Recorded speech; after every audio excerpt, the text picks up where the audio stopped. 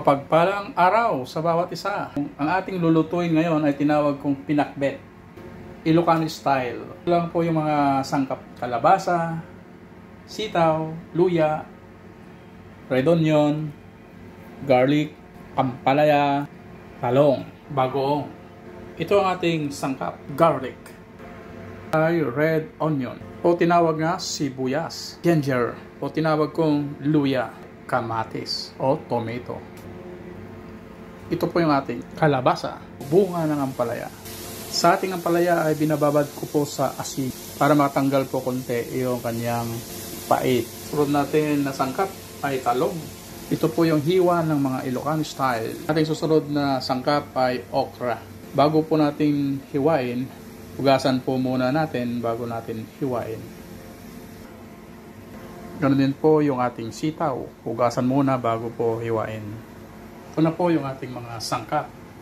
Naka-prepare na po. At lalagay po na natin yung ating bagoong.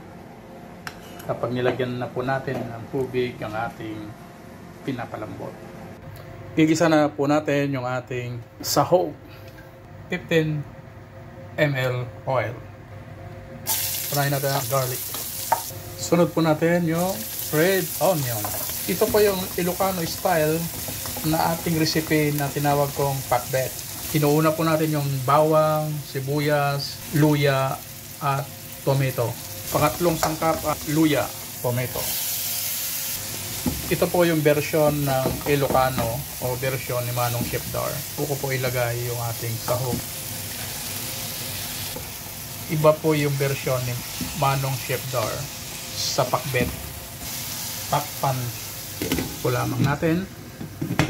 Sa mga hindi kumakain ng baboy ay pasensya na po kayo dahil ito po yung ating sasawag ngayon sa ating pakbet. Sorry po sa mga hindi kumakain ng baboy.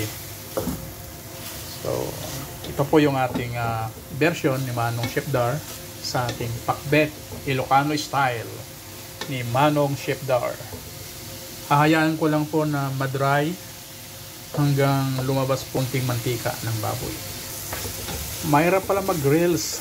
Mahirap pala magluto na hawak mo yung cellphone habang binibidyo. So lalagyan lang natin ng mainit na tubig. Mga nasa 300 lang po. Yung nilagay nating tubig, tulong lang para sa ating sahog, ang palambot. Maglalagay na rin po tayo ng bagoong. Nasa 100 grams lang po o ml. Sa ating pakbet Ilocano version ni Manong Chef Dar ay pinatipid, pinamadali at pinasarap. Higit sa lahat, healthy food po siya dahil wala po tayong ibang ingredients kundi bagoong o fish sauce lang ang ating inilagay. Then after that, ilalagay na po na natin yung ating kalabasa, talong, at magsasabay na po yung tinatawag na okra and long beans o sitaw. At okra maging ang ating ampalaya. After 10 minutes, pabalikan po natin. Yan, napakabango po ang ating pinakbet. Lalagay po na natin yung ating talong. Ang talong at sa kalabasa, maaari ninyong pagsabayin.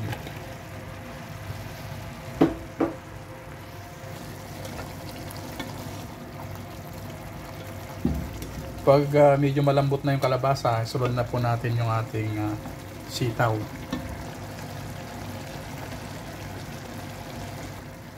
After 3 minutes, sa ating paglagay ng sitaw, lagay po na natin yung ating ampalaya at ang ating okra. Choice po natin kung dagdagan po ninyo ng sabaw. Nasa inyo na po yan. Sa atin po ay karamtaman lang po ang ating sabaw. Double check po natin.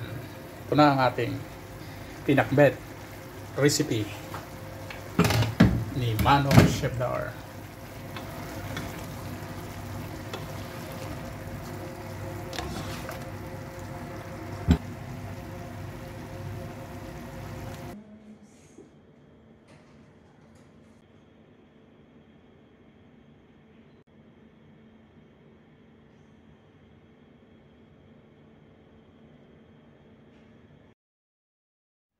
Maraming salamat sa inyong pag-like, share, and subscribe.